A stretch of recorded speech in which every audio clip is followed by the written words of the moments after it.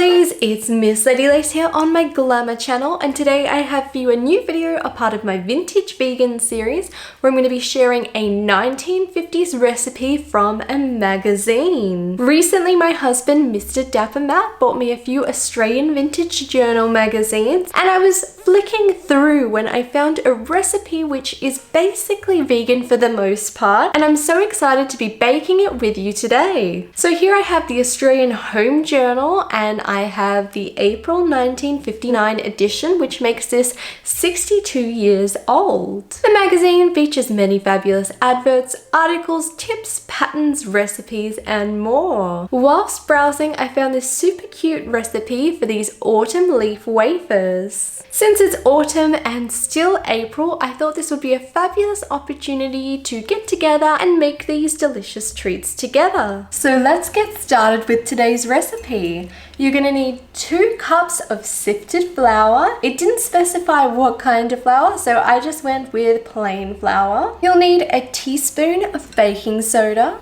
a few decadent spices. We're using a half teaspoon of cinnamon and a quarter teaspoon of allspice and ground cloves. A half cup of honey. I will be using maple syrup today as a vegan substitute, which I think is going to give it more of an autumn flavour. A half cup of ready-to-eat bran and a half cup of butter or margarine. I will be using Nuttelex today. Starting with step 1, we're going to sift together the flour, the baking soda, and the spices.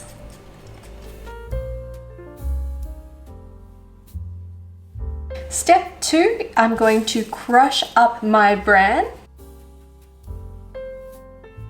I've crushed that until it's all lovely and fine. Step 3, we're going to mix together the butter, the maple syrup, and the bran.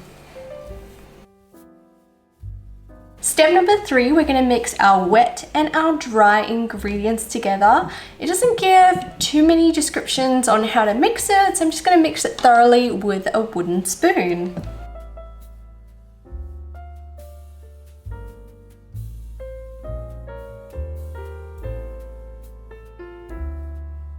So it's got a little bit clumpy, so I'm going to try kneading it together a little bit with my hands and see if I can mix it in that way.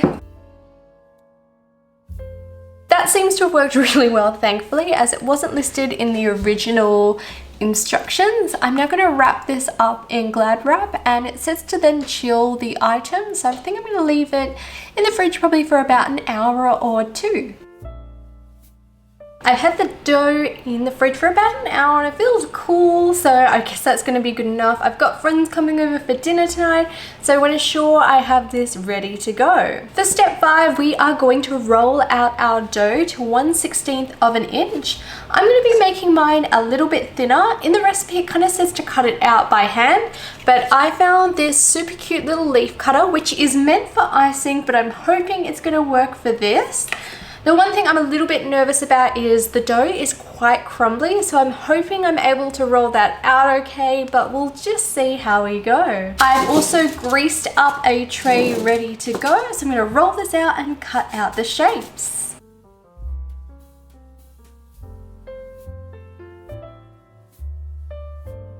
So the cookie cutter is working really well. It's creating this really lovely shape. Cool. Also, while I'm cutting and rolling this out, I have the oven preheated to 180 degrees. I'll talk about the temperature in the next step. So I am super happy with the way these are looking. The leaf details are super fabulous. I'm not sure how well they're gonna come out, as again, this was meant for icing and not as a cookie cutter, so I fear the shape may be a bit too subtle and round out a little bit, but we'll see how we go. So step 7, we're going to pop this into the oven.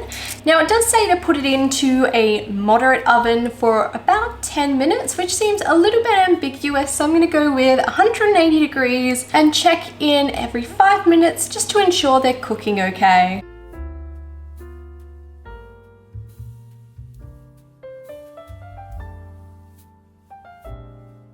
So it's just come out of the oven and they're actually looking super cute. They still look like leaves, though they don't have all the details that the press had. So I'm gonna pop them onto a rack to cool now. So that is our recipe complete. I will admit I did eat a bit of the raw dough before, but I haven't tried one of those delicious cookies yet. I've made myself a tasty, tasty coffee and I'm gonna have a sip and enjoy some of the biscuits, and I'll let you know how they taste. So here we have the biscuit. The shape is pretty cute. I think it does look more like a rose leaf than like an autumn leaf, but still really happy with the result. It's cooked pretty well. I think I'd be wanting to find a better cookie cutter next time, but let's give this a taste test. So I've just had the first biscuit and I'm pretty happy with how they turned out. I think if I rebaked them, I would use a little bit more spice and a little bit more maple just to get a stronger flavor. It is sort of like a shortbread biscuit with a maple spiced hint. It's a very soft flavor. It's a little bit of a dry biscuit, so serving it dipped in some chocolate or something like that would be really lovely. I've had so much fun making today's video. I don't think I've ever sat down and actually made a vintage recipe, so the whole journey and the process has been a lot of fun. It's so amazing to create something that was written in the 1950s and actually see that through. I'm going to serve this to some guests tonight and see what they thought. I'd love to know in the comments below if you've enjoyed today's video, if you'd like to see more vintage vegan videos, and specifically would you like to see more videos where I try 1950s recipes or make 1950s recipes vegan and fabulously ethical? Be sure to comment and like on this video as it really does help me out. If you'd like early access to my YouTube videos, exclusive content like behind the scene photos, and to help support the creation of videos here on YouTube, I now have my glamour community on Patreon. I'd like to thank all my patrons, but especially my VIP glamour patrons, which I will list here. To follow my daily pinup adventures, I post super regularly to Instagram. I'll pop a link here as well as at the end of the video. And to never miss out on my vintage fun, be sure to subscribe, turn on those bell notifications, and I will be seeing you in my next video.